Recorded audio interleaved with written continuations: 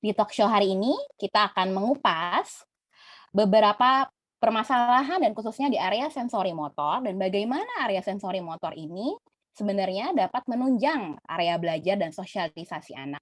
Terutama khususnya pada anak-anak yang memang memiliki kebutuhan sensori dan motorik yang cukup tinggi.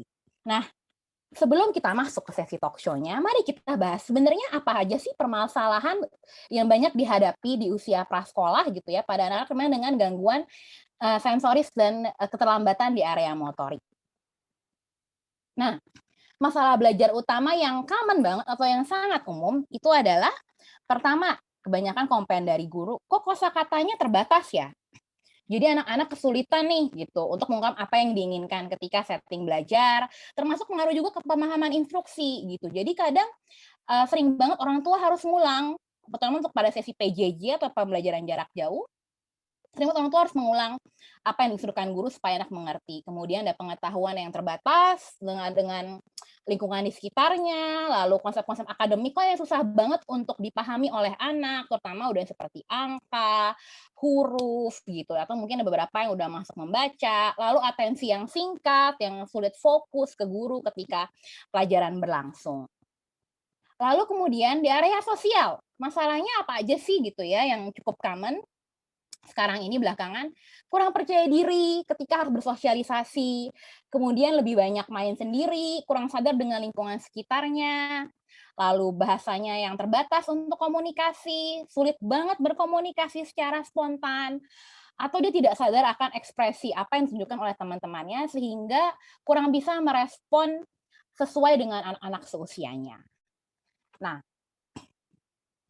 Nah, sebelum kita masuk gitu ya, terkait terkait dengan permasalahan-permasalahan yang tadi, kita akan ada 2 narasumber pada hari ini gitu yang akan menjelaskan kepada kita, bagaimana sih permasalahan-permasalahan ini bisa didukung gitu ya, dengan area sensoris dan motorik anak.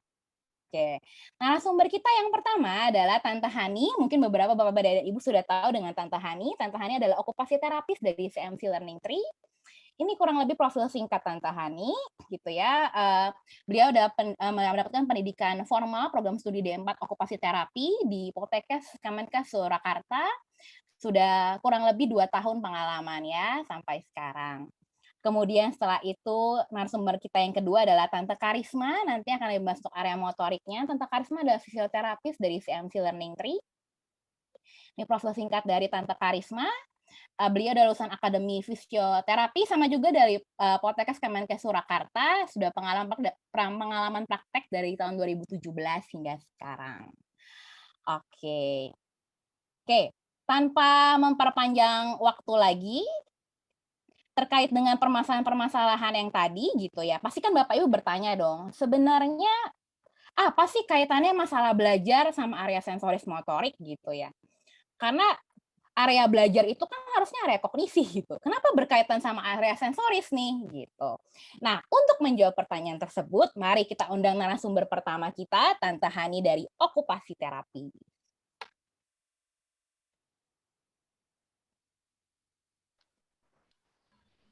Selamat sore. Ya, selamat sore Tante Selamat Hani. sore semuanya. Iya. Oke, Tante Hani, terkait dengan ingin menjawab nih pertanyaan yang tadi. Sebenarnya apa sih yang membuat area sensoris dan motorik itu penting banget untuk belajar?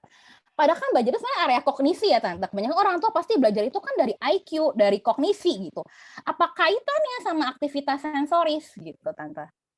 Oke, saya sebagai okupasi terapis di sini mencoba untuk menjelaskan ya kaitannya sensori motor ini tuh apa sih gitu. Terus kaitannya ke belajar nanti tuh apa, apalagi ke sosialisasi juga gitu kan.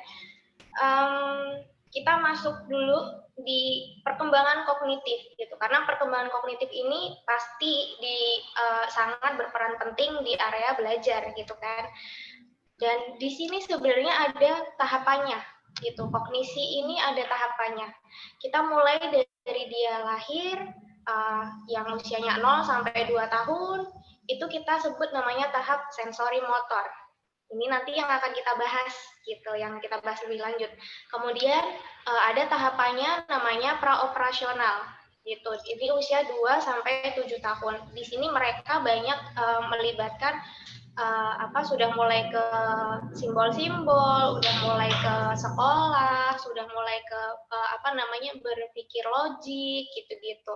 Nah, kemudian yang di tahapan operasional ini, operasional konkret, mereka lebih banyak menggunakan akalnya ini yang lebih spesifik lagi gitu. Misalkan mereka udah melalui permainan-permainan gitu. Biasanya kan usia-usia ini 7 sampai 11 tahun tuh udah usia sekolah dasar ya, Miss Stella. Jadi mereka tuh udah mulai main yang berkelompok, udah ada rules-nya, ada aturannya gitu. Misalkan sekarang mau aku duluan nih gitu. Kalau kita akunya mau duluan gimana ya caranya, kok yang lain juga mau duluan gitu. Kita harus home timpa mungkin atau harus sweep mungkin gitu. Kemudian di tahapan operasional fungsi. Nah, ini lebih ke yang akal dan kognisi yang logik itu lebih banyak sekali mereka gunakan gitu. Ini usia-usia yang biasanya udah mulai akhir-akhir sekolah dasar sampai udah mau masuk ke SMP biasanya gitu. Nah, berarti penting banget dong sebenarnya gitu kan tahapan-tahapan ini, karena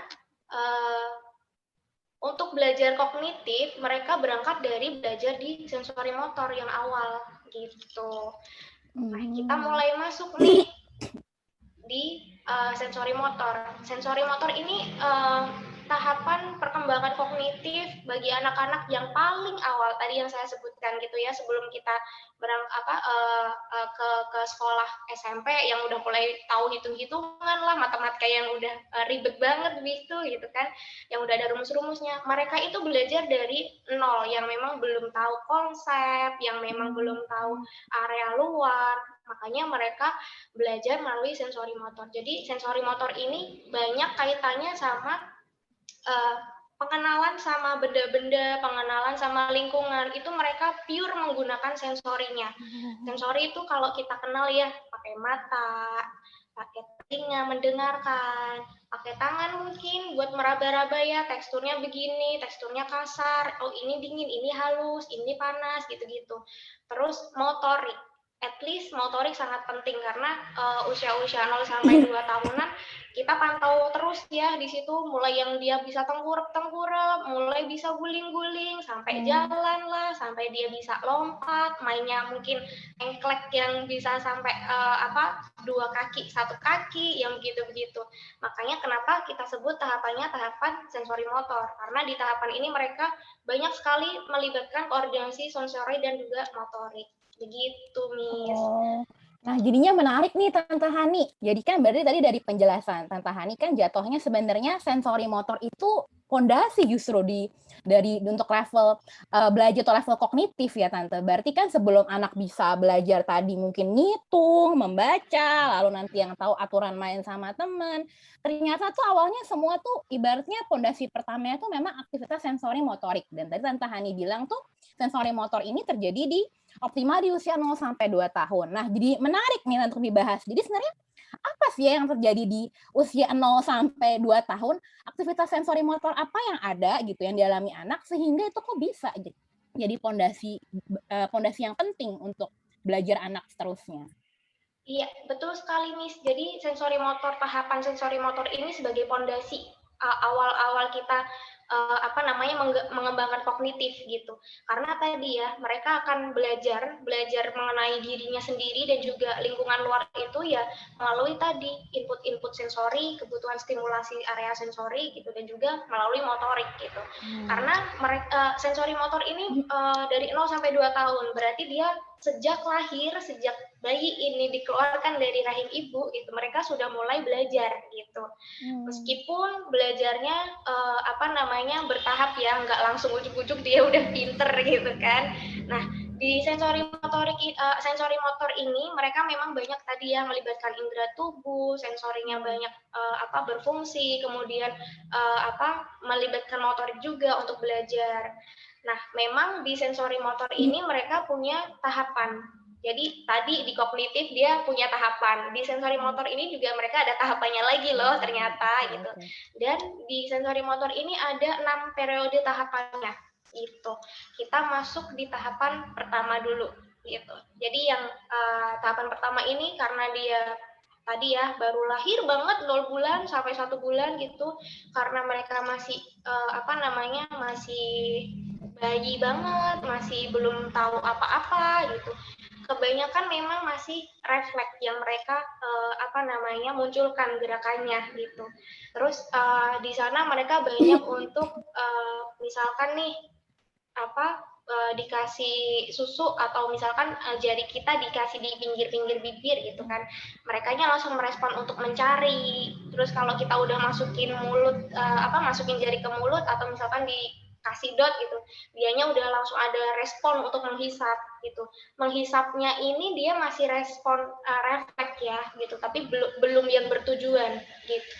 Terus di visual juga sudah mulai berkembang, di mana ketika bayi yang udah 0 sampai 1 bulan ini meskipun jam-jam tidurnya dia masih banyak ya, masih panjang gitu, tapi mereka pelan-pelan sudah bisa untuk mengenali bukan mengenali ya, sudah membuka mata gitu. At least berarti dia udah mencoba untuk melihat meskipun sebentar-sebentar.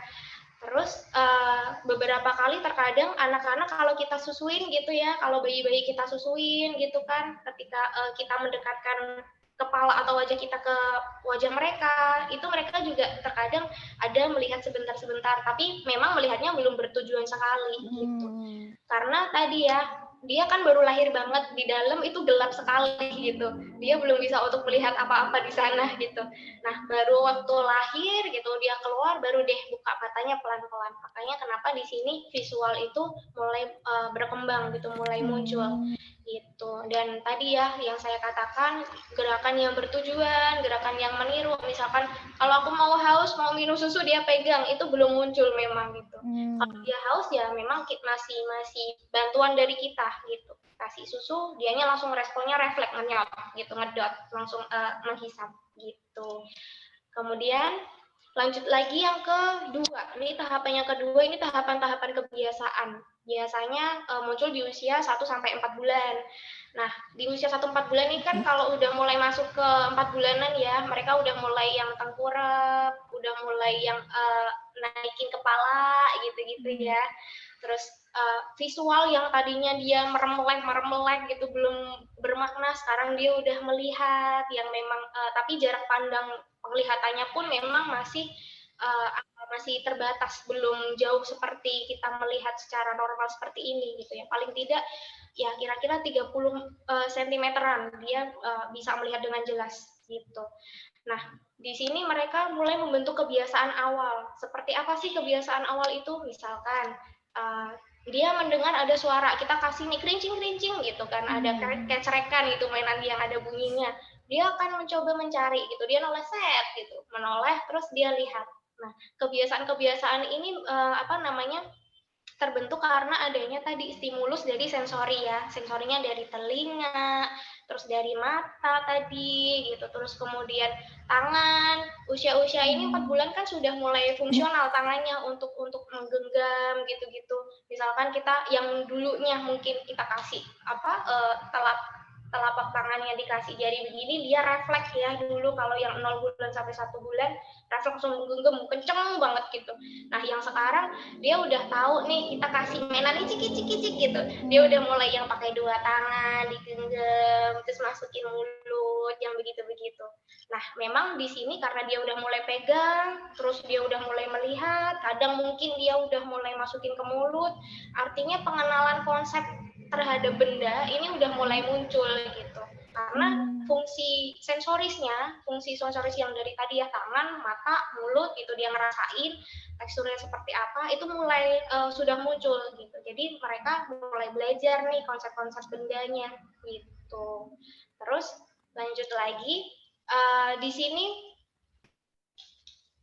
mungkin ada pertanyaan mungkin dari Miss Stella atau dari teman-teman. Kalau untuk aku tadi menarik sih, kan tadi bilang kan di sini tuh usianya di mana anak mulai belajar gitu untuk dia koordinasi dasar ya, kayak dia ngeliat, dia ngerasain gitu ya, dia pegang, bahkan kan masukin benda ke mulut, dia berasa kok ini teksturnya beda ya gitu, ini kok keras, yang ini kok kenyal-kenyal ya gitu. Jadi sebenarnya jadi muncul sih tante pertanyaan, apakah sebenarnya ini adalah pondasi untuk anak, dan sebenarnya kan konsep benda ya. Apakah ini sebenarnya pondasi gitu ya untuk anak-anak mulai belajar untuk hafal nih objek-objek di sekitarnya. Setidaknya emang ada yang ada di sekitar dia gitu. Jadi maksudnya apakah ini dapat beneran cukup membantu anak gitu ya untuk memang membangun konsep-konsep tentang objek-objek di sekitarnya secara dasar. Oh, ini tuh yang bisa mama pakai nih buat di kepala. Oh, ini begitu masuk mulut tuh rasanya begini toh gitu. Oh, pegang, oh ini tuh bentuknya bulat ya.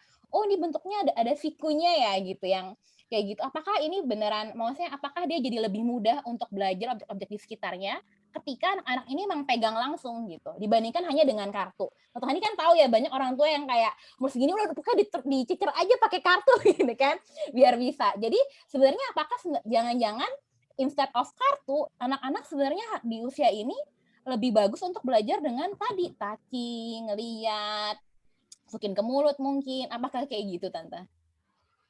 Iya, betul sekali memang Miss gitu. Jadi memang kebiasaan tadi ya untuk mengenali konsep itu di tahapan kebiasaan ini itu memang menjadi fondasi lagi gitu, dasar Hmm. untuk mengenali konsep-konsep yang selanjutnya. Tadi kan udah yang Miss Stella tadi katakan udah mulai dikasih kartu ini gambar, misalkan gambar one atau eleven nih kayak gitu-gitu. Karena balik lagi ya tadi untuk mengenali sesuatu mereka masih menggunakan sensorisnya gitu. Hmm. Mereka belum mengenal benda atau melabel atau belajar mengenai konsep benda ini melalui visual dan thinking. Kalau kita kasih kartu itu kan udah melibatkan area kognisi dan thinking Miss gitu. Jadi Hmm. memang untuk anak-anak seusia ini mereka masih banyak untuk menggunakan sensori dan juga tadi motorik yang dia pegang-pegang tuh untuk merasakan, untuk belajar. Oh iya, ini teksturnya kayak begini.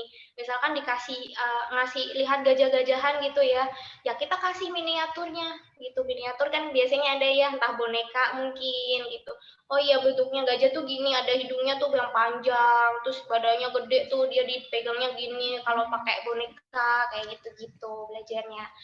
Nah, yang tadi Miss Stella katakan yang sampai pakai konsep kartu segala macam atau gambar itu memang masih tahapan yang tinggi sekali, itu udah mulai yang thinking. Tapi sebelum ke thinking itu gitu, kita ke tahapan yang rendah dulu nih. Selanjutnya setelah yang dari kebiasaan, kita next di area ini reproduksi kebiasaan yang menarik gitu. Biasanya ini terjadi di 4 sampai 8 bulan. Di sini itu yang sebelumnya dia yang mulai mengembangkan kebiasaan, perilaku-perilaku kebiasaan tadi, yang sekarang ini dia udah mulai pakai manipulasi gitu, manipulasi benda, mainan di sekitarnya yang tadinya dia memunculkan kebiasaan kalau dia udah ada mainan di depan dia pegang, dia masukin mulut. Ini kalau berlanjut di usia yang sebelumnya kan kebiasaan ya. Nah, yang di sini tuh dia udah mulai manipulasi gitu. Manipulasinya misalkan habis dipegang, terus dia mulai digoyang-goyangin gitu. Terus mungkin dia bisa aja dia lempar kayak gitu-gitu. Jadi sudah lebih bervariasi lagi gitu gerakannya. Karena biasanya di usia 4 sampai 8 bulan ini kan udah mulai duduk juga ya di usia 8 bulanan ya gitu. Jadi area orientasi sekitar badannya ini dia udah lebih luas gitu. Ketika duduk dia udah bisa untuk ngeras di depannya pelan-pelan kayak gitu-gitu. Kalau tengkurap kan terbatas ya, dia mau gerak juga susah gitu kan. Mau tidur juga paling di area atas ini sama di samping gitu. Tapi ketika udah duduk luas pandangnya dia udah lebih luas lagi gitu, yang dia lihat lebih banyak. Terus untuk bergerak dia udah lebih bisa mobile untuk pergerakan area atas nih di area badan seperti itu. Jadi di sini memang sudah mulai terjadi adanya orientasi tadi, orientasi objek, terus kejadian yang ada di luar tubuhnya. Misalkan lagi main nih, maminya kasih bola gitu ya, digelindingin atau dijatuhin, dianya ngelihatin gitu. Pas jatuh, mungkin dia memunculkan respon lucu gitu kan, dia langsung responnya ketawa kayak gitu. Terus karena memang tadi ya usia-usia ini dia banyak mulai bergerak, pergerakannya udah mulai banyak, artinya yang awalnya dia sudah mulai pegang dua tangan, sekarang udah mulai pegangnya satu-satu. Kalau dia udah mulai bendanya yang nggak terlalu besar gitu, yang kayak gambar ini ya di bawah, yang ada anaknya duduk tuh main gesrekan atau apa tuh kayak donat-donatan mungkin ya, dia pegang begini gitu, terus dia sambil manipulasi tuh masukin rasanya apa ya, dicokot-cokot mungkin digigit-gigit tuh keras kayak gitu-gitu. Jadi banyak apa namanya di sini mereka mereka ini melibatkan visualnya untuk melihat gitu kan, yang tadi bolanya gelinding lah atau bolanya jatuh lah, sama taktil untuk ngerasain tadi gitu. Terus kemungkinan karena memang apa namanya dia merasakan ini kebiasaannya kok lucu ya, misalkan ada bola jatuh nih dia ketawa lucu gitu, dia bisa untuk apa mengulangi juga kebiasaan yang sama untuk memunculkan tadi sesuatu yang menarik. Makanya kenapa di tahapan ini namanya reproduksi kebiasaan yang menarik begitu. Terus Tante, mungkin ada yang bentar mau nih. Aku ya, penasaran kan tadi bilang kan eksplorasi ya berarti di usia ini. Kalau kayak gitu aku jadi kepikiran, apakah berarti sebenarnya semakin luas anak dibiarkan untuk mengeksplorasi, itu sebenarnya malah malah semakin bagus gitu. Karena ini penting buat anak supaya dia lebih paham dan belajar tentang lingkungannya. Apa tadi kan Tante Hani singgung ya, kayak nggak cuma tentang diri dia loh, tapi mama ngapain, papa ngapain, oh mama sukanya di dapur, mungkin oh papa di ruang tamu. Jadi maksudnya apakah justru dibandingkan ngurungin anak di dalam boxer gitu ya, atau misalkan di mana namanya di pagar, apakah sebenarnya lebih baik memang anak dibiarkan untuk eksplorasi seluas mungkin gitu di usia-usia ini? iya, betul sekali, betul betul, setuju Miss. Sebenarnya memang, eee, apa ya, beberapa kendala untuk anak-anak yang, apa, keterlambatan perkembangan mungkin di usia-usia Hmm. selanjutnya itu mungkin saja dipengaruhi dari sini gitu. Karena mereka terbatas kan untuk mau mengenali sesuatu gimana kalau semuanya dibatasin gitu. Misalkan mau, apa, usia segini kan biasanya udah mulai dikasih ini ya, kayak, apa, makanan yang dia bisa pegang sendiri terus masukin mulut gitu. Beberapa orang tua mungkin kayak terlalu khawatir anaknya nanti mungkin sakit karena itu kotor, mungkin begitu ya. Jadi semuanya serba terbatas. Akhirnya dia ketika sebenarnya mau apa mencoba untuk belajar ini tuh buah apa sih gitu. Kok ini teksturnya kayak entah lembek atau kok licin ya gitu. Terus misalkan udah dimasukin mulut nih, oh rasanya manis atau entah rasanya agak asem kayak gitu. Nah, dia akhirnya kan terbatas mau mengenali semuanya itu gitu.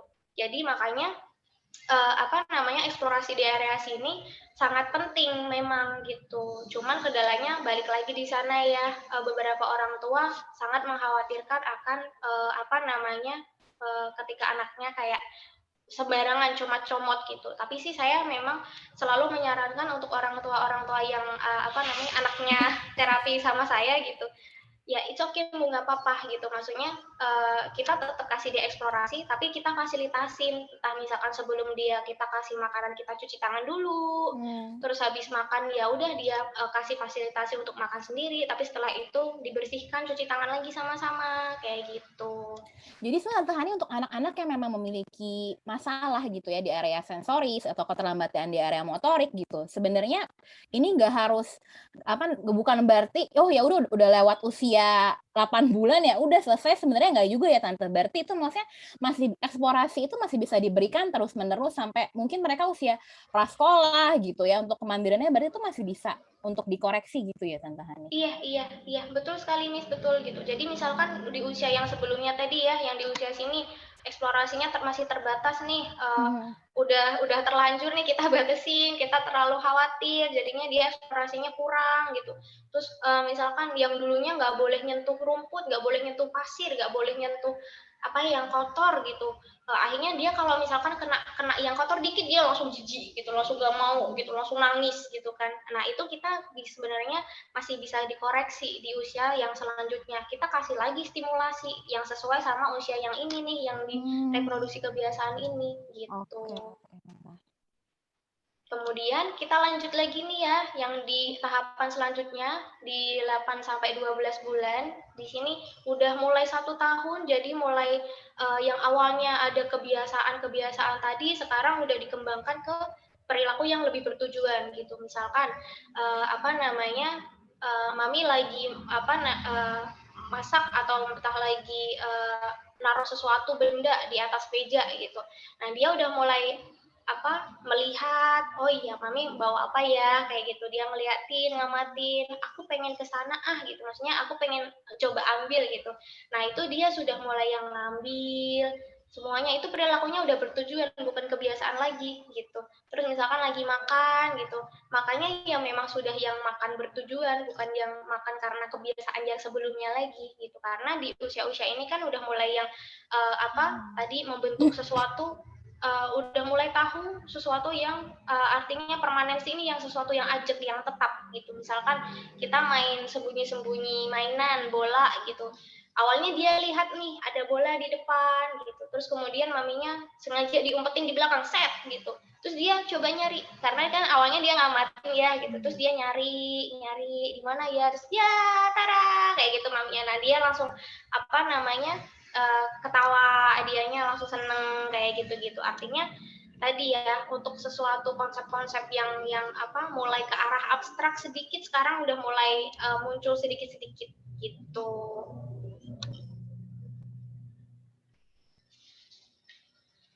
Ada yang mau ditanyakan nih sebelumnya? Belum dulu Tante, boleh lanjut dulu. Oke, lanjut dulu ya. Jadi yang selanjutnya ini ada eksperimen. Tahapan eksperimen ini biasanya terjadi di usia 1 sampai 18 bulan. Mereka karena udah mulai berdiri-berdiri ya, atau bahkan yang 18 bulan ini mereka udah yang jalan, udah yang mulai rambatan gitu-gitu. Nah, artinya pergerakan dia udah mulai luas lagi nih, yang awalnya duduk, yang awalnya cuma mungkin merangkak gitu. Sekarang udah mulai berdiri. Jadi mau bergerak ke sana, ke sini gitu, mau ngambil sesuatu yang ada di atas meja gitu misalkan, dia udah mulai bisa ngeraih-ngeraih gitu-gitu. Makanya artinya semua sensori yang terlibat di sana mulai banyak gitu, nggak cuma tadi visual, nggak cuma tadi cuma taktilnya doang gitu, tapi misalkan dia memang mengamatinya itu memang sangat bertujuan sekali gitu. Misalkan main yang kalau kita di sini kan banyak kasih mainan, misalkan masukin sesuatu gitu, kita kasih ring nih, ring bola, bola basket gitu, kita kasih bola, dia ada lihat ada lubang gitu, dia ke sana berjalan pelan-pelan, terus mencoba untuk masukin ke sana gitu, tapi di situ masih trial error. Misalkan tuh, aduh gagal nih, dia ambil lagi, coba lagi gitu. Tapi setelah berhasil pun, kalau itu menyenangkan buat dia lakuin lagi berulang kali gitu. Karena di usia-usia ini mereka udah bisa tadi ya, udah bisa jalan, udah bisa untuk entah panjat sofa atau panjat kursi gitu-gitu. Jadi orientasi terhadap ruang ini udah mulai luas gitu. Nah, ada yang menarik Tante Hani terkait dengan trial and error gitu ya. Anak lagi mencoba-coba, ibaratnya lagi bereksperimen banget gitu ya di usia-usia ini. Berarti ini kan artinya anak-anak beneran mulai belajar tentang konsep sebab akibat, ya nggak sih Tante? Iya, betul sekali. Nah, jadi di sini kan anak mulai punya nih pondasi-pondasi untuk dia menyerap semua informasi gitu ya yang ada di kepalanya gitu. Misalkan ketika anak belajar tentang konsep abstrak gitu ya di kemudian hari di usia sekolah, di usia prasekolah gitu, kayak oh ini panas, oh ini dingin, itu kan abstrak ya Tante. Tapi kalau dia punya eksperimen atau eksplorasi yang bagus di usia-usia ini, misalkan kayak oh ini es batu, mamanya bilang oh ini es, kok rasanya begini ya, kok rasanya dingin, ih kalau dipegang lama-lama tanganku sakit ya. Atau misalkan mama kasih sup yang panas, aduh kepanasan, misalkan disuapin dia, oh ini panas. Jadi kan itu dia akan lebih mudah berarti ketika nanti dia belajar konsepnya langsung yang abstrak pas dia sekolah. Apakah begitu Tante jatuhnya hasil output dari eksperimen ini sebenarnya? Iya, betul sekali Miss, betul-betul. Jadi memang kalau untuk belajar sesuatu konsep yang abstrak gitu kan, sebelumnya dia harus tahu konsep yang konkret dulu. Yang kayak tadi ya, saya coba kasih contoh itu yang main basket tadi gitu. Dia main basket itu memperkirakan pelan-pelan bolanya kira-kira masuk gak ya kalau ada lubang kayak gitu tuh gitu. Jadi itu tuh masih trial error gitu. Belum dari pemikiran abstrak yang iya kalau ada lubang pasti bisa tuh gitu, belum gitu. Makanya tadi kenapa trial error dulu gitu. Nah, selanjutnya untuk ke yang yang tadi Miss Stella sebutkan gitu, yang mulai ke abstrak segala macem, itu udah mulai masuk yang di sini usia 18 sampai 24 bulan. Ini masuknya di tahapan yang representasi gitu. Nah, Pertanyaan selanjutnya nih Tante Hani gitu ya. Tadi Anda bilang ini kan udah mulai abstrak ya. Jadi sebenarnya kan usia 18 sampai 24 bulan gitu. Nah, tadi kan kita bicara bagaimana pengalaman dan eksplorasi sensoris itu sebenarnya membantu anak untuk memahami konsep-konsep baik itu konsep abstrak ataupun akademik gitu di usia sekolah nantinya. Tapi pertanyaannya, sampai kapan nih? Pasti orang tua penasaran, sampai kapan pengalaman itu harus diberikan? Karena kalau diberikan terus kan banyak banget ya, misalkan kayak aku nih karena banyak observasi anak di sekolah gitu ya Tante Hani. Kayak misalkan anak untuk ngitung 1 sampai 20, ya oke kalau 1 sampai 20 mungkin masih bisa nih pakai bendanya gitu kan, konkret gitu. Tapi lama-lama kan hitungan makin banyak Tante, apalagi udah penjumlahan, pengurangan gitu ya. Sedangkan kalau itu kita support mulu dengan konkretnya, itu tuh sampai kapan gitu? Iya iya, betul betul. Jadi memang kalau untuk, apa namanya, anak-anak yang usia udah mulai, berpikir atau berhitung tadi ya, yang berhitungnya mulai apa, penjumlahan, pengurangan, itu memang udah mulai ke tahapan yang usia di atas 2 tahun nih, gitu. Hmm. Tapi di sebelum ke sana, di usia yang 18 sampai 24 bulan ini, mereka memang masih banyak yang pakai konkretnya dulu, pelan-pelan, gitu. Misalkan tadi ya yang Miss Tera sebutkan contohnya, kita mau hitung yuk ada misalkan ada 5 bola nih gitu, kita mau hitung yuk sama-sama 5 bolanya gitu, 1, 2 atau 1, 2, 3, kita sambil tunjukin gitu, kita sambil sisihin pelan-pelan gitu. Tapi memang kalau yang di usia representasi ini mereka memang sudah mulai apa namanya pakai labeling, pakai simbol yang gitu-gitu, akalnya udah mulai kebentuk gitu, akalnya mereka sudah mulai digunakan gitu. Makanya di sini saya sebutkan mereka sudah belajarnya melalui koordinasi akal dan juga gerakan gitu. Karena di usia 2 tahunan ini mereka udah mulai agak cerewet ya gitu kan, mau ngomong gitu udah mulai kata-katanya udah mulai banyak, kata-kata yang dia reproduksi yang mereka produksi itu sebenarnya memang berangkat dari yang tadi mereka pengenalan yang awalnya pegang-pegang, oh ini namanya misalkan tadi ya elephant yang dia pegang, dia punya ya apa hidung yang panjang yang kayak gitu-gitu. Mereka berangkat dari sana gitu, makanya sudah mulai apa namanya, udah mulai abstrak, yang berpikir abstrak itu muncul. Dia tinggal lihat, iya itu ya udah eleven aku udah tahu kayak gitu. Nah, pertanyaan selanjutnya Tante, ini kan tadi kan bahas untuk 18 sampai 24 bulan gitu ya. Nah, tapi gimana dengan anak-anak yang memang memiliki isu sensori sehingga di usia usia prasekolah pun ibaratnya ketika dia udah masuk dari usia 3 sampai 5 tahun masih kendala gitu di area ini. Apakah boleh tetap difasilitasin lagi dengan sesuatu yang konkret Tante Hani? Ya, nah untuk sesuatu yang konkret tadi ya, yang awalnya mungkin sebenarnya dia udah di atas usianya udah di atas 2 tahun gitu, tapi dia masih ada beberapa kendala di area sensoris yang akhirnya mereka harus apa mengulang lagi menggunakan sesuatu yang konkret untuk mengembangkan akal atau logik mereka atau thinking mereka gitu. Iya, memang kita turunkan dulu gitu. Awalnya pakai yang konkret tadi ya, yang berhitungnya pakai bola gitu, pakai benda yang real dulu gitu pelan-pelan. Nextnya akan dikurangi lagi nih. Misalkan berhitungnya udah nggak pakai bola, tapi pakai jari gitu misalkan. Jarinya ditunjuk 1, 2, 3 yang begitu-begitu. Nah setelah itu baru deh kita istilahnya kurangi lagi nih yang apa yang pakai konkretnya kita gradasi lagi dikurangi ya udah kita hitungnya sambil nyebutin yuk 1, 2, 3 yang begitu-begitu pelan-pelan gitu. Oke, Tante Hani ini ada pertanyaan yang masuk nih Tante. Langsung kita bahas ya. Ini dari Ibu Putri. Bagaimana sih gitu dengan anak yang belum keluar kata-katanya di umur ini? Sorry itu di umur berapa ya? Tadi kan saya nyebutin banyak ya usia. Ini kalau boleh Ibu Putri, ini di umur berapa maksudnya? Range yang mana Bu? 18 ke 24 kah? Oh, sampai 24 bulan Tante Hani. Jadi kalau udah sampai 24 bulan atau 2 tahun belum keluar kata-katanya gimana ya supaya kita tetap support area belajarnya tapi dengan sensori motor ini? Iya. Nah, kita balik lagi ya yang tadi tahapan-tahapan sensori motornya yang sebelumnya kita lihat mereka ada kendala nggak di area sensorisnya sendiri gitu. Karena untuk sebelum kita mengenali kata, kita mengeluarkan kata tadi ya, untuk mengeluarkan kata itu kan memang kita harus tahu konsep bendanya gitu. Misalkan oh iya itu namanya boneka misalnya, itu namanya bola gitu. Untuk menyebutkan bola dia harus lihat dulu dong gitu, bendanya tuh realnya kayak apa gitu.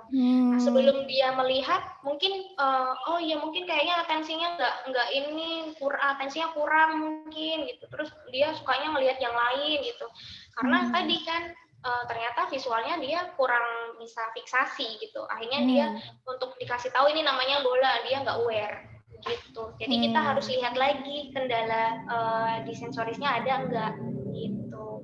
Berarti kita harus pastikan dulu ya Tante, untuk prosesnya itu memang area sensorisnya, which is Tante Hani bilang di awal, mata gitu ya, dia ngelihat untuk perabahan di area sentuhannya, itu semua berfungsi dengan baik gitu ya, sehingga informasi bisa berjalan dengan optimal. Tapi kalau misalkan sensorisnya masih belum optimal, atensinya masih ke sana kemari, belum bisa fokus, itu akan sulit untuk mengenalkan objek, sehingga fase representasi ini akan sulit untuk tercapai meskipun di usianya 18 sampai 24 bulan. Iya, betul. Oke. Tante, pertanyaan selanjutnya nih, Tante kan udah kasih tips-tipsnya ya tadi untuk ngitung. Oh, berarti ngitung dari konkret gitu, ada bendanya, terus mulai jari, lalu mulai ke kata-kata gitu ya. Lah, ini boleh tahu lebih jauh nggak Tante, tips-tips apa aja sih gitu ya yang bisa dilakukan supaya anak optimal di area sensori motor ini, sehingga nanti ketika mereka masuk ke level kognisi yang lebih atas untuk belajarnya, gap-nya nggak terlalu jauh gitu. Oke. Jadi sebenarnya sensori motor ini masih berlanjut sampai kita, ya anak-anak usia sekolah sampai kita dewasa pun sebenarnya sensori motor ini masih kita gunakan gitu. Tapi digunakan kalau udah dewasa nih, udah SD ke SMP tadi ya, yang operasional, yang tahapan kognitif operasional, mereka udah menggunakan sensori motornya ini melalui aktivitas yang lebih bermakna gitu. Jadi ya udah otomatis aja gitu. Nah, tapi sebenarnya di usia sekolah itu mereka masih membutuhkan aktivitas sensori motor ini gitu. Kenapa? Karena usia sekolah, katakanlah usia sekolah ini kita sebutnya mulai dari PAUD mungkin ya, karena usia-usia 3 tahunan udah mulai pada sekolah kan ya sekarang, Miss. Nah, usia-usia 3 tahun sampai 6 SD gitu misalkan ya, usia sekitar 12 tahunan lah gitu. Nah, aktivitas yang kita munculkan itu memang tetap kita coba untuk melibatkan semua sensoris yang terlibat. Misalkan tadi pakai perabaan gitu. Bermainnya ya menggunakan sesuatu aktivitas yang berkaitan sama tekstur, terus di situ juga misalkan pakai gambar ya, kan finger painting, handprint gitu-gitu, dia juga pakai visualnya. Oh iya, misalkan dia lihat nih contohnya bikin bikin mobil misalkan, tapi pakainya handprint, pakai jari atau finger paint, pakai jari nih digambar yang kayak gitu-gitu. Terus selanjutnya, nah ini sebenarnya kalau untuk aktivitas ini yang mulai ada target, terus udah mulai ada harus persepsi nih, kira-kira kalau mau masukin hula hoop nih ke target situ, ke kerucut, aku harus gerakinnya seberapa kenceng ya, kayak gitu. Ini usia-usia udah ke SD sebenarnya, Miss, gitu. Nah, di situ mereka sudah mulai mengembangkan tadi tuh thinking ya, pikirannya kayak gitu-gitu. Nah, ini kan kebetulan juga rame-rame yang main, nggak cuma satu orang. Jadi mereka harus nentuin nih siapa dulu ya yang mau main gitu. Entah pakai home pimpa lah atau mau pakai apa dulu, yang menentukan siapa yang duluan gitu.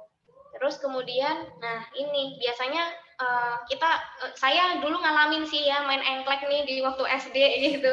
Ini ternyata penting banget, Miss, ternyata ya gitu. Jadi di sana dia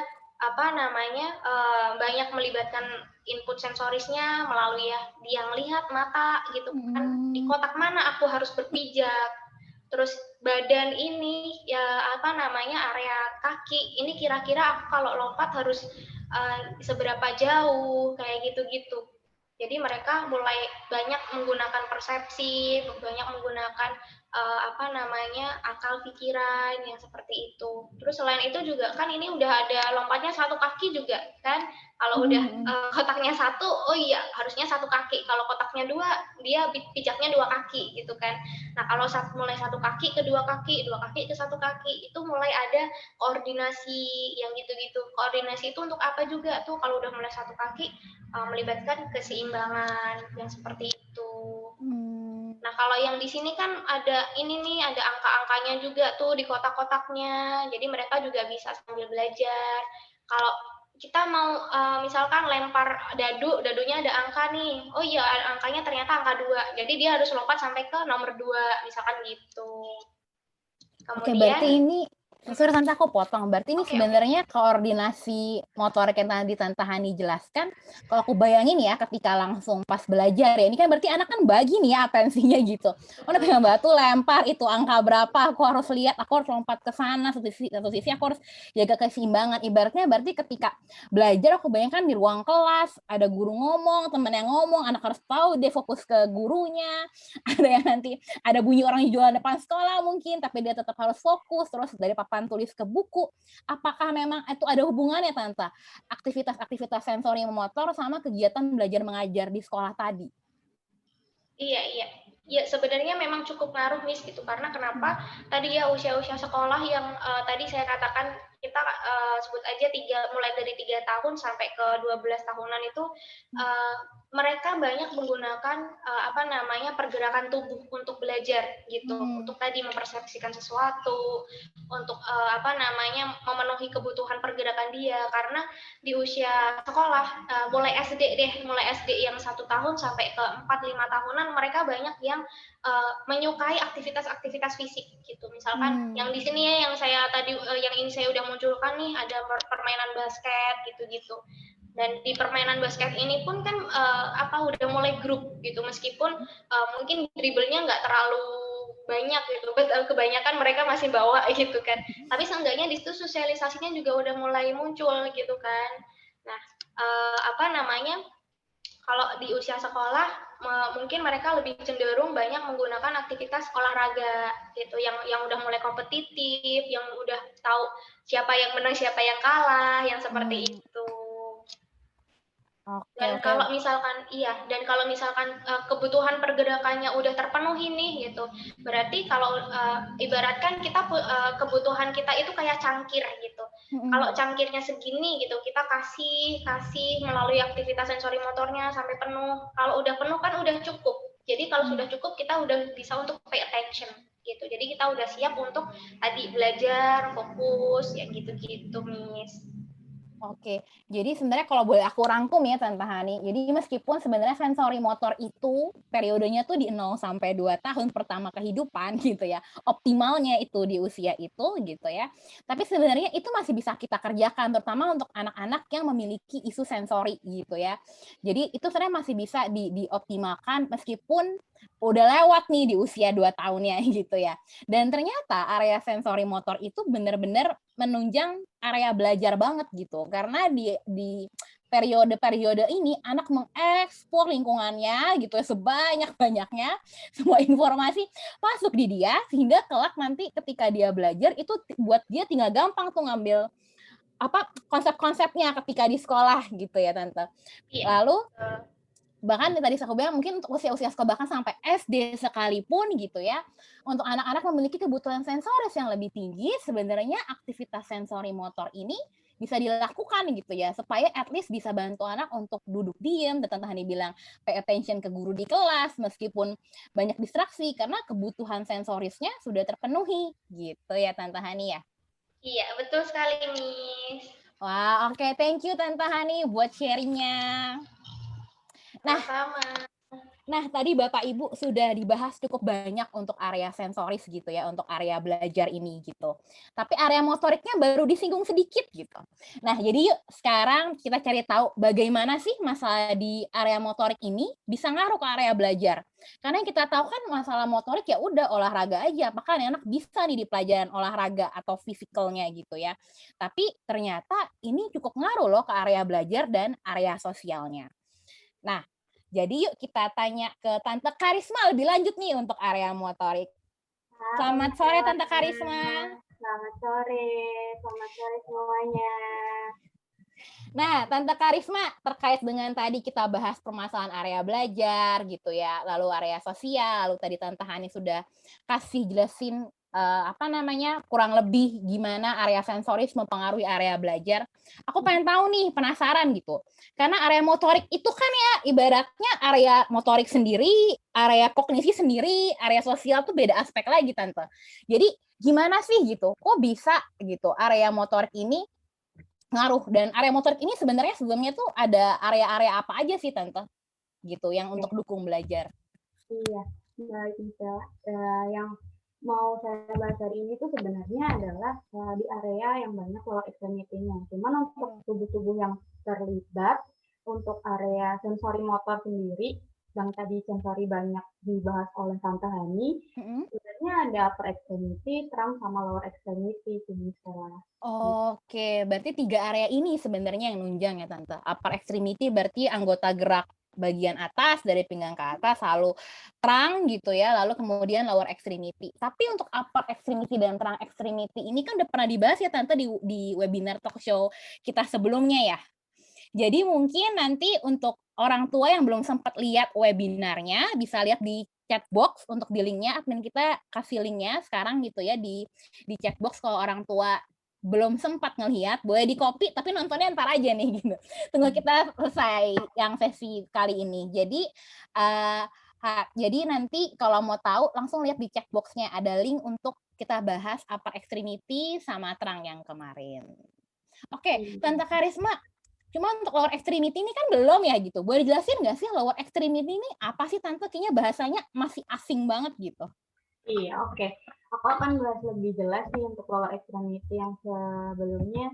Saya menjelaskan tentang apa itu sebenarnya lower extremity. Kalau lower extremity itu sebenarnya kita sering sebutnya adalah anggota gerak bagian bawah gitu, yang meliputi area panggul sampai ke jari-jari kaki. Cuman di area yang antara paha, lutut, pergelangan kaki itu juga perlu kita perhatikan gitu, karena di situ memang ada beberapa otot yang menunjang untuk ke area postur. Terutama 3 otot yang saya tampilkan di sini adalah ada 3 macam, yaitu quadriceps, hamstring, sama gastroc. Gitu. Kalau yang quadriceps sendiri itu adalah otot di area depan, di area paha depan, yang fungsinya adalah untuk aktivitas fungsionalnya adalah untuk meluruskan kaki. Sedangkan untuk yang hamstring sendiri ini otot paha bagian belakang yang fungsinya untuk menekuk kaki gitu. Dan kalau untuk gastroc sendiri kita biasanya sebut otot-otot betis yang nanti fungsionalnya adalah membantu kita ke area yang lebih tinggi, yaitu mungkin berdiri, mungkin berjalan gitu.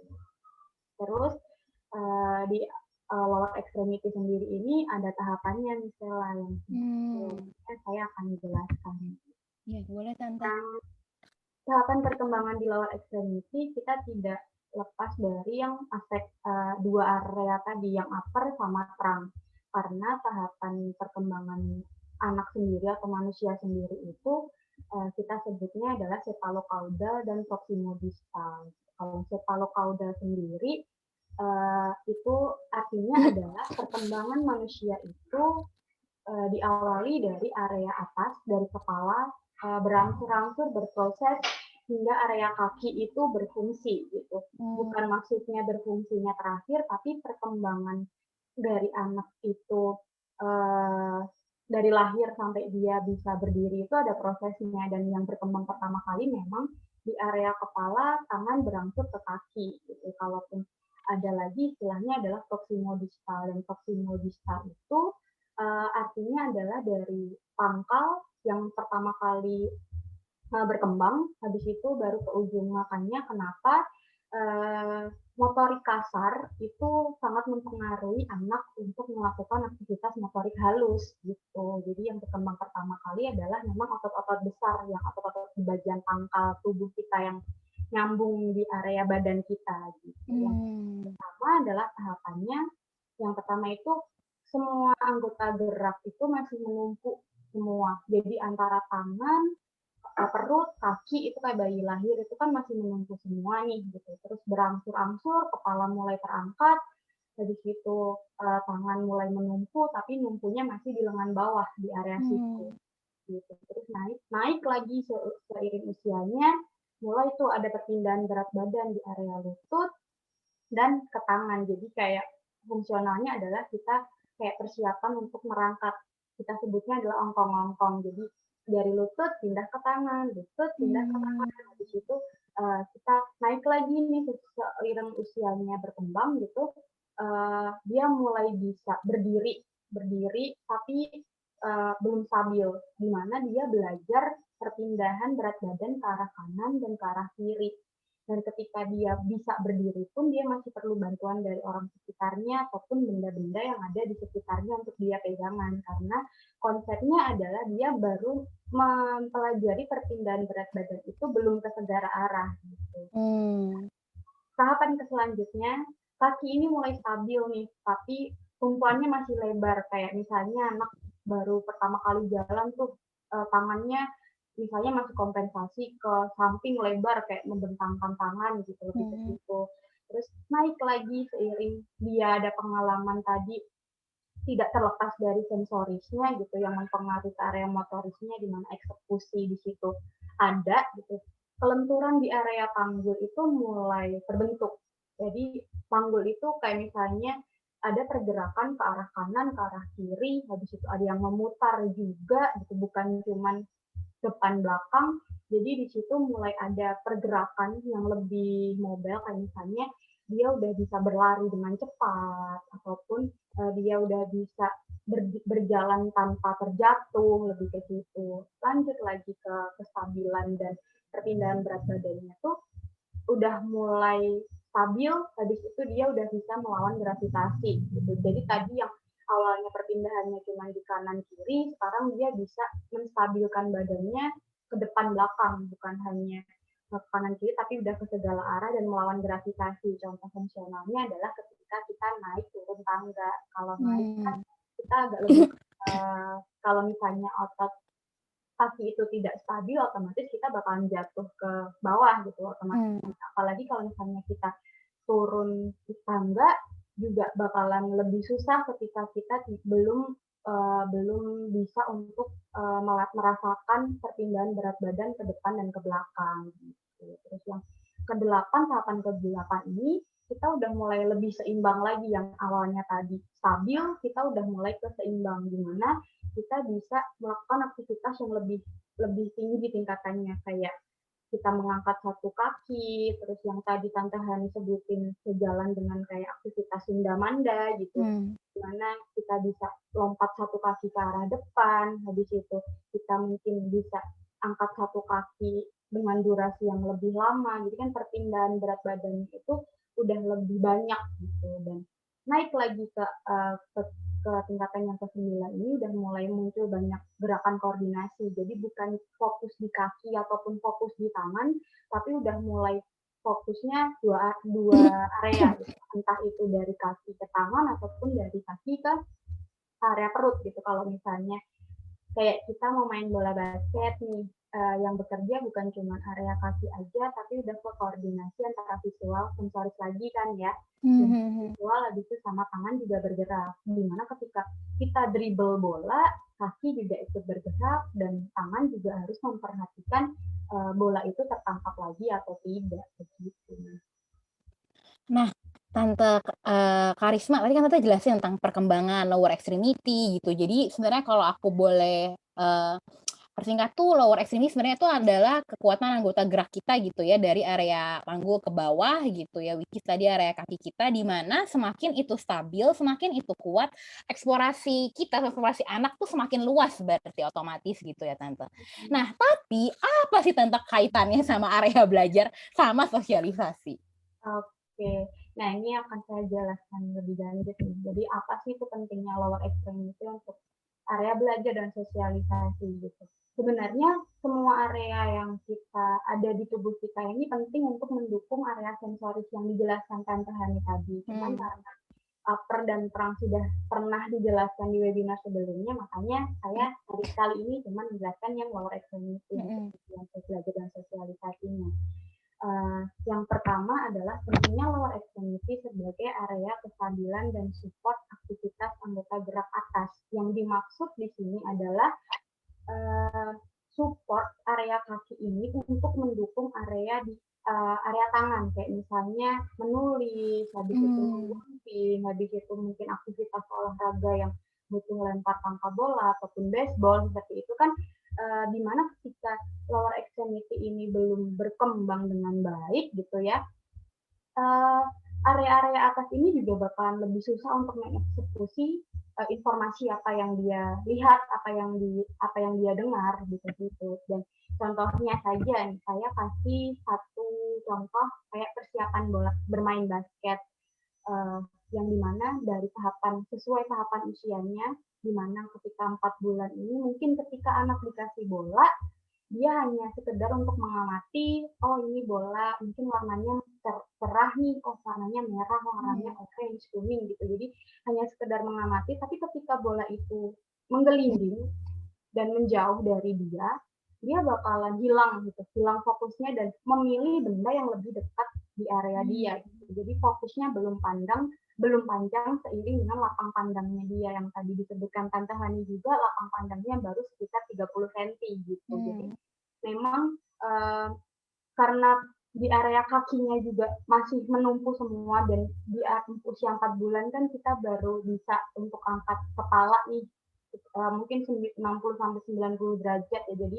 pandangan kita terbatas hanya segitu aja gitu. Jadi naik lagi ke usia 8 bulan, di mana anak ini udah mulai bisa duduk sendiri dan mulai kayak persiapan untuk merangkak gitu.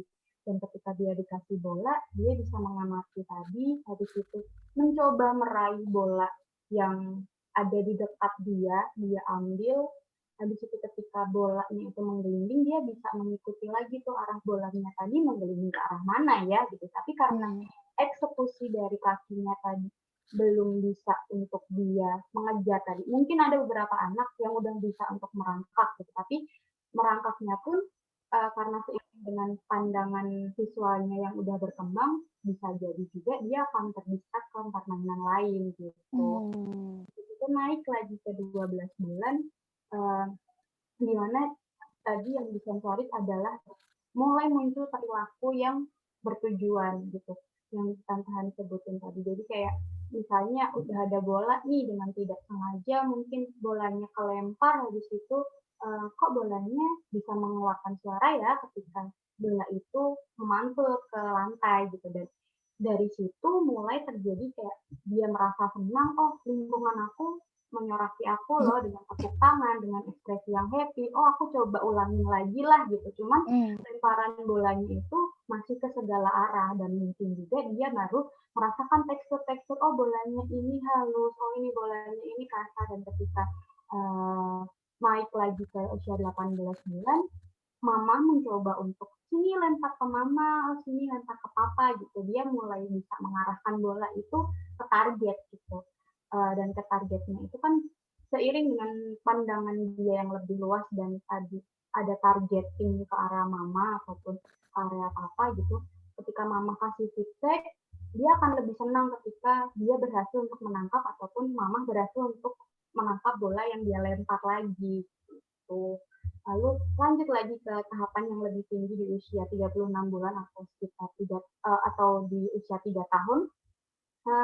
Dia mulai mengerti dengan seiring lingkungannya dia mencontohkan juga, karena visualnya sudah mulai jauh lebih panjang pandangannya dan dia mulai meniru aktivitas yang dilakukan oleh orang tuanya, dan aktivitas di area kakinya yang tadi kelenturan di area pinggangnya mulai lebih banyak dia munculkan. Dia bisa punya modal untuk dia berjalan ataupun mungkin berlari gitu ya.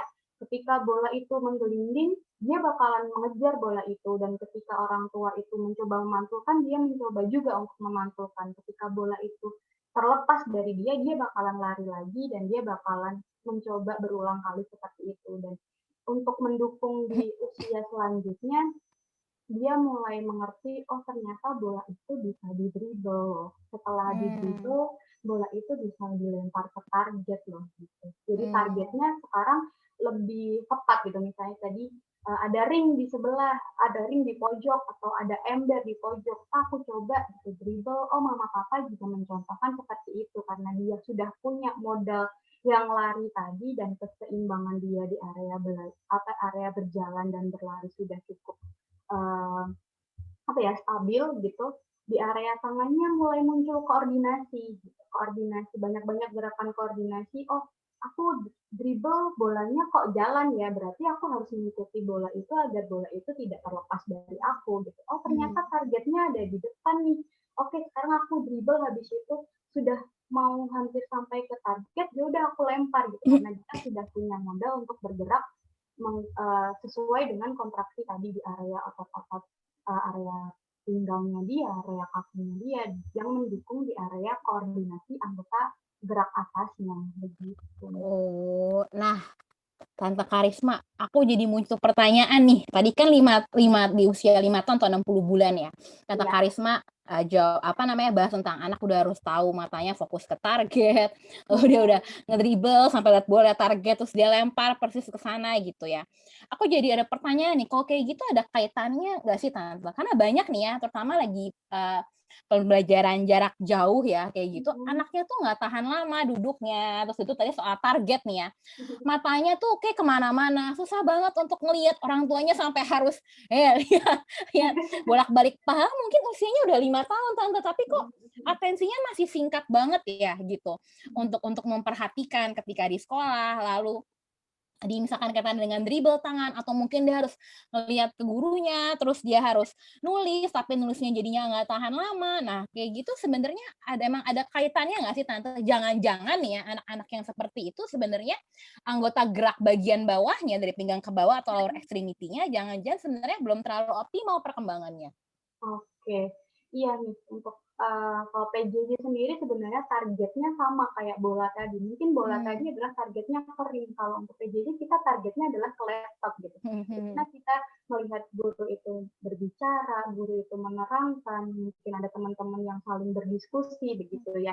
Tapi ketika area lower extremity atau anggota gerak bawahnya itu tidak mensupport anggota gerak atasnya, otomatis gerakan fungsional selanjutnya bakalan juga terhambat juga karena postur dia pun akan terbentuknya salah gitu. Kayaknya misal nih anak itu udah bisa lompat gitu sesuai dengan usianya tahapannya misal, tapi gimana kualitasnya, gimana gerakannya itu, apakah dia dominan satu sisi kah atau dominan di kanan aja kah atau di kiri aja kah gitu, itu juga mempengaruhi anak untuk menerima informasi gitu. Itu sih, jadi pentingnya lower extremity untuk model gerakan ke aktivitas fungsional selanjutnya juga sangat berpengaruh ke situ. Gitu. Kayak misalnya nih, saya kasih contoh, ada anak yang bisa panjat tangga, bisa panjat climbing jaring-jaring, habis itu dia bisa berdiri, tapi kan prosesnya dari dia bisa seperti itu, dia melewati tahapan yang tadi dia mampu di dua tangan di lengan bawah, habis itu lebih tinggi lagi dia bisa ke telapak tangan, di mana lapangan pandangnya dia mulai jauh gitu. Habis itu ketika ada benda dia di sebelah kanan, dia bisa mengikuti dan mencoba untuk membalikkan badannya dia juga gitu. Tapi ketika misalnya di area pinggangnya ini tidak mendukung, dia bakalan lebih susah untuk menggerakkan dari arah terlentang ke berguling gitu untuk meraih bendanya itu tadi gitu. Dan tahapan selanjutnya adalah dia bisa menarik kakinya ke posisi ongkong-ongkong, di mana dia mulai bisa menumpu tadi karena proses di area pinggangnya mulai terbentuk juga antara kelenturannya, walaupun ini kalau misalnya ongkong ini adalah kelenturannya masih di area depan belakang, jadi pergerakan di pinggul ini masih sekedar di area depan dan belakang. Ini pun juga ada pergerakan ke rotasi, cuma masih minimal sekali, masih didominasi adalah pergerakan ke lateral gitu di area pinggangnya. Lateral itu adalah ke area samping gitu. Habis itu dia mulai bisa mengangkat lututnya lebih tinggi dan tangannya mulai ada perpindahan. Ini juga awalan ketika lower extremity ini lebih aktif gitu. Jadi kayak mendukung untuk aktivitas-aktivitas selanjutnya nih, untuk area yang kayak misalnya panjat tangga tadi, habis itu untuk support postur ketika PJJ, jadi ketika dia udah mulai bisa duduk nih gitu, kalau misalnya dia udah mulai bisa duduk tegak, habis itu semua kakinya berfungsi untuk mensupport, dia tidak banyak miring gini misalnya, yang kontraksi adalah yang dominan adalah sebelah kanan, otomatis dia akan miring terus seperti ini, dia kan bakalan lebih capek tuh. Nah fokusnya bukan di depan lagi, tapi fokusnya udah ke lain gitu. Jadi titik fokusnya dia tuh udah berpindah lebih ke situ sih. Wah, jadi penting nih ya Tante Karisma untuk para orang tua perhatikan gitu ya. Apakah ketika PJJ anaknya lama-lama miring ke kanan atau lama-lama miring ke kiri gitu ya. Karena ternyata kalau udah kayak gitu harus mulai dicurigai, jangan-jangan fokusnya sudah berubah ya Tante. Jadi informasi nggak diterima optimal lagi gitu ya pas belajar. Iya, Michelle. Nah, pertanyaannya selanjutnya nih Tante gitu ya. Berarti tadi kan ini kan ketika duduk gitu ya. Berarti kalau ketika duduk aja sepengaruh itu, aku bayang nih, karena banyak banget aku observasi di sekolah gitu ya, dengan anak-anak yang memang memiliki ada isu sensoris dan keterlambatan motorik. Jadi ketika transisi gitu ya dari satu ruangan ke ruangan lainnya, tiba-tiba tiba-tiba anak ini bisa ngilang sendiri kemana gitu Tante. Atau misalnya ketika ibu guru nyuruh ngambil apa gitu ya, atau misalnya ayo anak-anak keluarin semua, ambil tasnya, keluarin tempat makannya misalnya ketika snack. Ntar dia ke tempat ambil tasnya, tapi ntar dia bisa lupa, oh tadi disuruh ngapain ya, oh aku harus balik lagi. Tiba-tiba bisa hilang gitu Tante Karisma. Nah itu apakah ada kaitannya sama si lower extremity atau emang anggota gerak bagian bawah ini yang belum optimal? Karena banyak kan orang tua bilang anak saya bisa kok lompat, anak saya bisa kok manjat gitu. Tapi kenyataannya masalah-masalah itu masih terjadi gitu Tante. Iya, oke. Aku mencoba menjawab ya, Miss. Jadi, karena tadi yang saya bilang fokusnya pasti beralih dengan anak-anak yang ketika duduk pun fokus itu bisa berubah, gitu. Apalagi dengan kemampuan dia untuk berdiri, mempertahankan perpindahan berat badannya ke kanan kiri, depan belakang, habis itu mungkin perpindahan sesuatu objek itu kan bisa saja dengan cepat berubah, mungkin dia bisa ke distract kalau dari oh ini ada yang lewat tadi yang misalnya bilang ke tante Hani adalah fokusnya ada tukang bakso lewat nih gitu itu untuk membuyarkan konsennya dia gitu ya. Nah itu sebenarnya lower extremity ini apa ya kayak peranannya adalah sebagai base support di area atas-atasnya gitu. Jadi ketika lower extremity ini bisa berfungsi atau bekerja secara optimal yang baik tadi kelenturan di area pinggangnya, habis itu kontraksi otot di area paha dan betisnya tadi gitu. Otomatis kan kita bisa lebih stabil ketika kita berdiri ataupun kita duduk gitu dari kita yang tadi instruksi guru untuk menginstruksikan anak tapi lihat dulu dia duduknya beneran duduk yang tegak atau misalnya dia agak meleng nih gitu dan ketika informasi itu datang dia beneran pakai visualnya dia untuk melihat atau enggak gitu jadi kayak informasi yang tadi tidak didukung dari base-nya yang belum stabil otomatis kan mempengaruhi postur nih badannya membungkuk seperti ini atau mungkin kepalanya yang agak miring habis itu dia hilang fokus habis itu tadi Bu Guru perintahin apa ya gitu ya udah habis itu hilang jadi cuma tahu disuruh tapi udah gitu tapi tadi disuruh apa ya gitu ya iya betul oke nah aku jadi kebayang ibaratnya di kelas aja begitu apalagi ketika mereka main sama teman-temannya ya karena kalau main sama teman-teman lebih heboh lagi jauh ya Tante dibandingkan kelas yang lebih tenang gitu iya ini berpengaruh lagi sama seperti judulnya kita yang terakhir nih yang sensori motor berpengaruh ke sosialisasi nih. Jadi yang pentingnya di area support sosialisasi apa sih itu supportnya tuh gimana gitu. Jadi yang intinya adalah ketika anak mampu untuk melakukan kegiatan bermain sesuai dengan usianya, ia akan lebih percaya diri untuk berkomunikasi dan bersosialisasi dengan temannya. Yang dimaksud di sini adalah modalnya dia nih dari dirinya sendiri ini mampu nggak mengikuti lingkungan aku gitu. Jadi kayak tadi dia dari tahapan usianya yang 4 bulan dia bisa angkat kepala, habis itu duduk, habis itu berdiri, habis itu berlari dan ketika tahapan itu berjalan sesuai usianya, otomatis kan dia bisa mengikuti lingkungannya gitu. Kayak kalaupun di lingkungan teman kan tadi misalnya bilang lebih heboh gitu dan sedangkan ketika dia udah lebih heboh tapi kemampuannya dia masih di situ-situ aja, gimana dia mau ikutan gitu, karena dia bisa saja dia mengerti kelemahannya, oh aku nggak bisa lompat 2 kaki nih, apalagi lompat 1 kaki, di mana teman-teman aku udah mulai bisa main sundamanda, bisa main sepak bola ataupun basket gitu.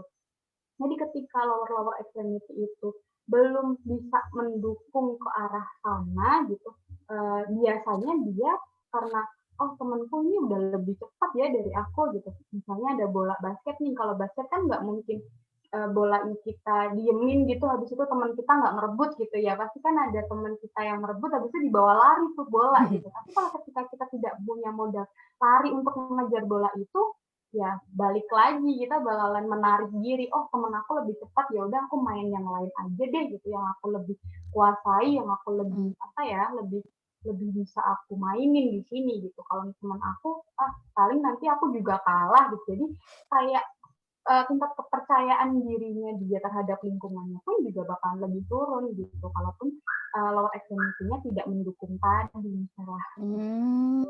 Wah menarik ya, berarti ngaruhnya memang lebih ke observasi anak itu sendiri, di mana kemampuan, temenku udah bisa tapi aku belum nih gitu. Makanya kenapa banyak anak-anak yang ngehindar gitu ya Tante, ketika udah main di area ini dibilangnya sama orang tuanya biasanya atau gurunya, "Dia banyak main sendiri nih Miss," gitu ya, "nggak pernah main sama temennya," gitu ya. Jadi kalau kayak gitu kemudian udah mulai dicek ya Tante, apakah lower extremity-nya ini udah optimal atau belum gitu ya.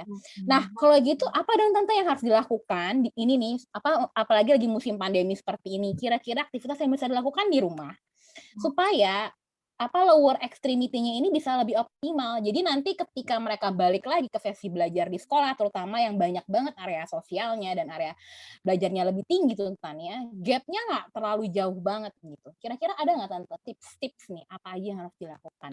Iya, tipsnya pasti sesuai dengan usianya sih, karena lower extremity kan berkembang sesuai dengan usianya ya. Ya Kalau betul. misalnya tadi misalnya lebih bahas ke banyak ke area sekolah nih gitu. Yang pertama kita cek dulu anak ini kemampuan lower extremity-nya di mana gitu. Jangan ketika anak ini baru bisa lompat 2 kaki di tempat, kita udah targetnya tinggi ini, udah lebih mau diajak sundamanda aja gitu. Jadi ibaratnya jangan terlalu tinggi untuk mematok target anak gitu. Ibaratnya kita kayak perlahan aja untuk mencapai tujuan itu. Kayak misalnya nih, saya kasih 2 contoh area otot yang lebih penting nih emang 2 ini sih kalau untuk di lower. Jadi otot area pinggang sama otot area betis gitu. Kalau otot area pinggang yang tadi sesuai dengan usianya mungkin di 4 bulan, 8 bulan kan kita berguling kanan kiri ya. Mungkin kita banyakin main di area seperti itu, misalnya kayak kita kayak yoga sederhana atau senam yang kayak kaki kita tendang-tendangin gitu lebih ke situ. Tapi kalau misalnya dia udah mulai punya modal ke berdiri, ya kita kasihlah untuk aktivitas yang lebih tinggi gitu. Kayak misalnya nih ada contoh panjat tangga, cuman kan ini masih bayi ya, ngeri nggak ya gitu. Tetap kasih di pengawasan sih sama orang tua. Jadi naiknya bukan yang kaki telapak kaki untuk menapak, cuman kita bisa pakai lutut, kita bisa mempolain anak ketika naik tangga itu pakai lutut juga bisa loh, dan itu sangat membantu untuk bukan hanya area kakinya tapi juga untuk kekuatan tangannya juga gitu. Untuk area pinggang itu lebih banyak ke kelenturan gitu. Naik lagi sesuai dengan usia yang dia udah mulai sekolah, mungkin dia modalnya adalah dia berjalan, bisa berjalan gitu. Ya sudah, kita kasih aja kayak garis lurus di lantai, bisa nggak hanya tali, tapi mungkin bisa pakai garis lantai ataupun pakai selotip yang warna hitam tuh. Oke, suruh anak itu ikutin tuh. Jadi kan ibaratnya bukan cuma kaki aja yang bekerja, tapi kita harus benar-benar lihat, oh targetnya adalah tali. Aku nggak boleh ngelewatin tali itu. Dan cara aku biar nggak lewat tali itu ya aku otomatis harus membentangkan tangan dong, lebih jadi kan ibaratnya koordinasi seperti itu muncul secara otomatis sih sebenarnya gitu. Dan naik lagi ketika dia udah mulai bisa berlari, ya kasih aja kalau misalnya lari lurus kan nggak ada targetnya tuh misalnya, jadi kita kasih aja targetnya lari zigzag, balapan lah tuh sama mama papa gitu deh. Setidaknya di area pinggangnya itu bukan cuma lari ke depan dan gini aja gitu pergerakan di pinggangnya, tapi ketika ada target zigzag itu, oh ini ada gerakan ke lateral nih, ada ke samping, oh ada gerakan muter, oh, targetnya zigzag, berarti pergerakan pinggangnya bukan cuma ke kanan aja tapi ke kiri juga gitu. Terus untuk area otot betis pasti banyakkan power nih. Kalau yang pinggang tadi ke kelenturan, setelah kelenturan tadi udah mulai tercapai, kita ningkatin powernya adalah di area adaptif. Misalnya tadi lompat 2 kaki, lompat 2 kaki di tempat juga nggak apa-apa gitu. Kalau misalnya anak masih mampunya di situ. Cuman lompat 2 kaki di tempatnya mungkin ada tempat tidur tuh bisa tuh buat loncat-loncat di atas itu. Terus kita polain deh tempat tidur, kita mungkin bednya nggak rendah sama lantai, bisa tuh lompat dari tempat tidur ke lantai gitu. Jadi ibaratnya membentuk power sedikit demi sedikit, baru nanti kita naikin ke target lompatannya, entah itu lompatannya dengan jarak ataupun dengan balok sepatu, habis itu anak suruh lompatin, nah itu powernya bakalan lebih tinggi lagi. Ataupun bisa jadi tendang bola bukan cuma tendang aja, mungkin bisa tendang ke mama papa ataupun target nih kayak misalnya rubuhin botol. Ketika botolnya rubuh kan pasti anak-anak juga senang gitu. Oh, aku bisa ngerubuhin nih, aku tepat, dan dia bakalan ngelakuin itu secara motivasi dia sendiri, bukan karena suruhan gitu. Dan terbukti juga ketika anak itu melakukan sesuatu dengan motivasinya sendiri, kontraksi yang dibentuk malahan lebih cepat lebih optimal gitu. Jadi kayak ada dorongan dari dia sendiri, dia melakukan tanpa paksaan, kontraksi otot itu malah jauh lebih baik untuk bekerja gitu. Oke, wah, thank you Tante Karisma buat tips-tipsnya. Jadi kalau misalkan aku rangkum nih ya gitu, sebenarnya lower extremity atau anggota gerak bagian bawah kita itu sangat penting gitu ya. Untuk itu mau ketika belajar pas duduk atau misalkan pas bergerak gitu. Bahkan lebih dari itu sebenarnya anggota gerak bagian bawah ini bisa nunjang supaya anak bisa ikut rutinitas belajar ketika di sekolah dan bangun kepercayaan diri secara sosial ketika dia main sama teman-temannya gitu ya. Sehingga nanti ke depannya tantangan sosialisasi, tantangan ikutin rutinitas akademik yang super panjang terutama di SD gitu ya, itu tidak terlalu struggle lagi gitu buat anak-anaknya gitu ya. Jadi aktivitas-aktivitas tadi seperti misalkan manjat tangga pakai lutut gitu ya, atau misalkan lompat 2 kaki, lompatin balok atau lompatin kotak gitu ya. Terus jalan di atas garis, manjat, itu semua bisa dikasih di rumah gitu ya untuk mengoptimalkan area ini. Oke, Tante Karisma ada pertanyaan nih gitu ya. Di sini saya mau tanya aktivitas apa saja yang bisa kita berikan untuk anak untuk melatih persiapan ngayuh sepeda. Tante ngayuh sepeda 3 tahun nih gitu ya. Tapi mungkin 3 tahun sebanyak anak-anak yang kok susah banget ya, atau cuman kakinya udah tempatin di goesan mungkin ya. Terus ya udah begini doang, maju mundur itu ada tips-tips nggak sih Tante Karisma?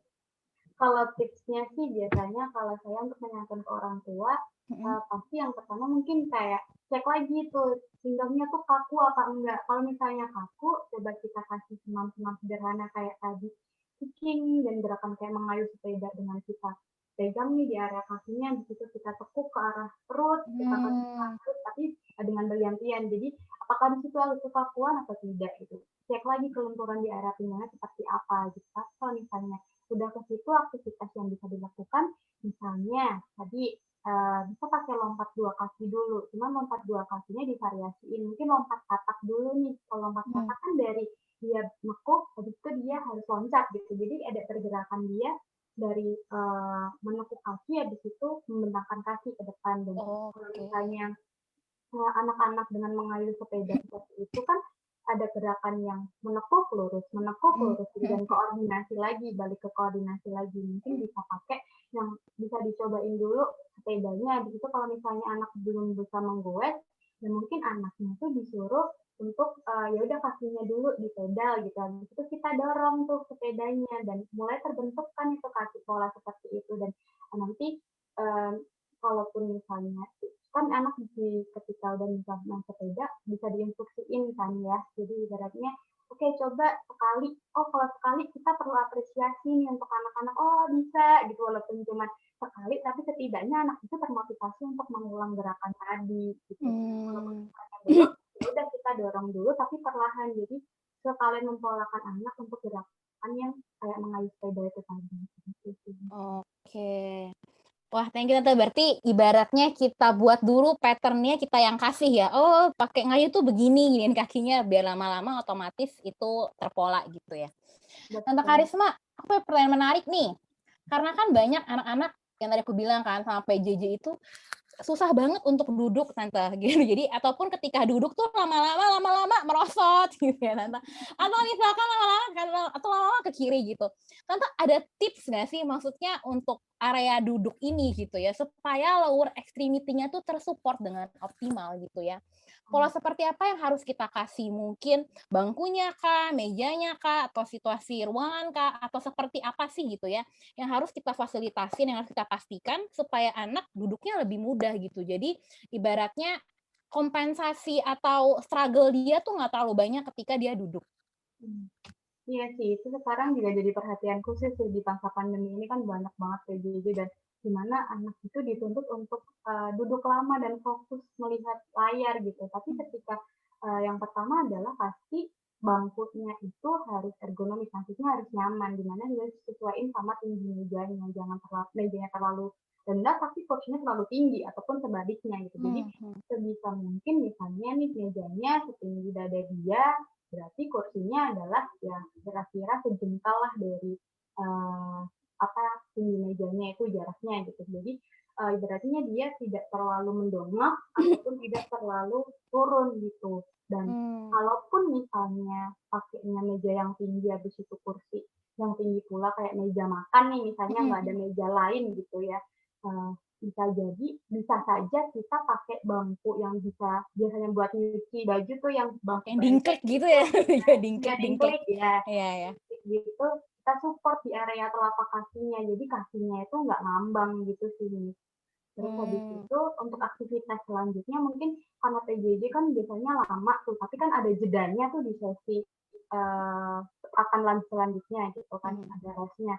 Nah mungkin kita bisa kasih aktivitas yang menyenangkan buat dia, tapi tetap bertujuan untuk melatih ketahanan dia di area kaki yang mensupport di area posturnya, kayak tadi misalnya tendang bola nih ataupun lompat 2 kaki dulu, cuman nggak usah terlalu banyak pengulangannya, yang penting dia happy, yang penting dia ngerasa oh aku ini masih PJJ tapi masih diberi kesempatan untuk bermain gitu. Jadi enggak yang terlalu yang oke, aku bisa fokus tapi ada saatnya aku istirahat, ya setelah istirahat ini aku tetap harus ada aktivitas main, padahal kita mempolakannya adalah kita olahraga sebenarnya, tapi didesain dengan senang mungkin agar anak itu merasa oh aku tetap masih dikasih kesempatan untuk main loh, lebih ke situ sih kalau saran saya sih seperti itu sih. Oke. Nah, plan selanjutnya Tante, tadi kan Tante bilang kan, maksudnya mejanya, jaraknya, berarti jangan yang terlalu tinggi, jadi yang terlalu bawah juga, sampai anaknya bungkuk. Berarti kalau gitu, pertanyaan selanjutnya adalah, berarti kurang lebih semana nih, Tante Karisma? Apakah memang pastikan memang area bahunya ini dia luas eksplorasi, karena beberapa yang ketinggian kan, jadi tuh buat gerak juga susah gitu. Berarti tadi yang, berarti kurang lebih semana Tante Karisma? Setidaknya siku ini bisa menumpu sih. Oke, berarti sikunya pas numpuk di dada bawahnya gitu ya, Tante Karisma ya. Dan juga pandangan antara laptop ini sejajar sama mata dia gitu. Jadi tidak kompensasi yang dia keluarkan itu tidak terlalu banyak. Mungkin dia bakalan karena lebih tinggi dia bisa makannya agak naik nih ataupun ini HP-nya taruh di bawah. Oke, berarti lama-lama posturnya juga akan menunduk kan, dan fokusnya bukan di tengah lagi tapi udah di bawah, dan di bawah. Ya berarti kita bakalan lebih capek juga di area leher, padahal ketika kita duduk tegak itu bakalan lebih tidak capek gitu karena kita sesuai postur gitu. Mas untuk Karisma banyak anak-anak kayak tengah-tengah bayar tuh kayak gini lama-lama. Jadi kayak sakit leher gitu, karena ternyata memang harus orang tua harus perhatikan juga berarti ya settingnya itu tablet atau mungkin pakai iPad gitu ya, berarti itu holder tablet holder tuh penting ya supaya maintain itu ada di tengah dan pas sejajar mata gitu ya. Oke.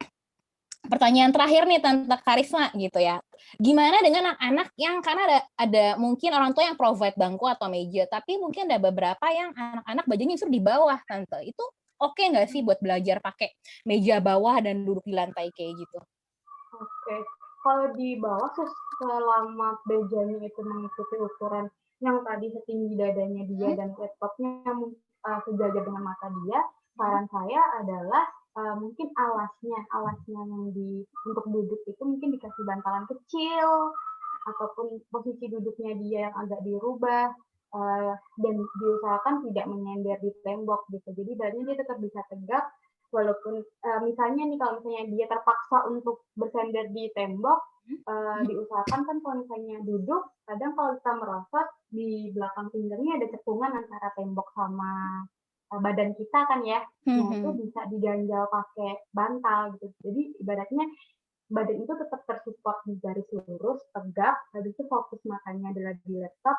Jadi tulang belakang kita tuh tetap mensupport kita untuk tegak. Tapi kalau misalnya kita duduk di tembok, habis itu lama-lama kita merosot, kan tulang ini juga tidak tersupport dengan baik. Jadi ibaratnya juga bakalan lebih pegel dan konsentrasi itu bakalan lebih hilang juga sih.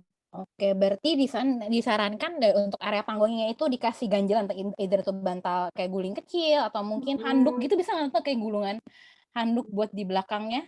Bisa juga sih, yang penting dikira-kira aja, maksudnya space antara tembok dengan badannya dia tuh seberapa gitu. Ya, sebenarnya mengisi itu sih. Gitu. Oke. Thank you Tante Karisma. Saya ingin mengucapkan terima kasih kepada dua narasumber kita hari ini, Tante Hani dan Tante Karisma, yang sudah sharing cukup banyak gitu ya tentang kaitannya antara sensoris dan motorik untuk menunjang area belajar dan sosialisasi. Tadi juga dibahas gimana tips-tips aktivitasnya gitu ya. Dan sampai jumpa di talk show atau webinar kami selanjutnya. Terima kasih Bapak Ibu.